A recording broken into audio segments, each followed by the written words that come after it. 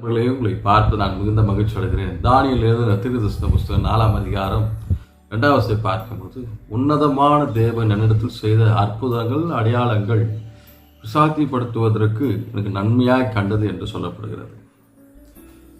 அவருடைய வாழ்க்கையில கர்த்தர் செய்த உன்னதமான காரியங்கள், அவர் கண்ணால பார்த்தார், நன்மையான காரியங்களை, அற்புதங்களை பார்த்தார், அடையாளங்களை பார்த்தார்.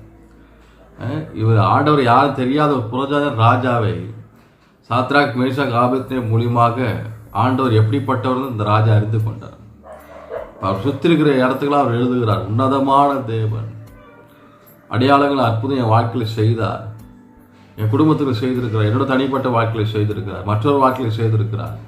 இப்படிப்பட்ட தேவனை நம்ம எல்லாரும் அறிந்து கொள்ள வேண்டும் என்று எல்லாருக்கும் அவர் சொல்லுகிறார் என்று பார்க்க முடியுது. உன்னதமான தேவன் என்று அவர் சொல்லுகிறார்.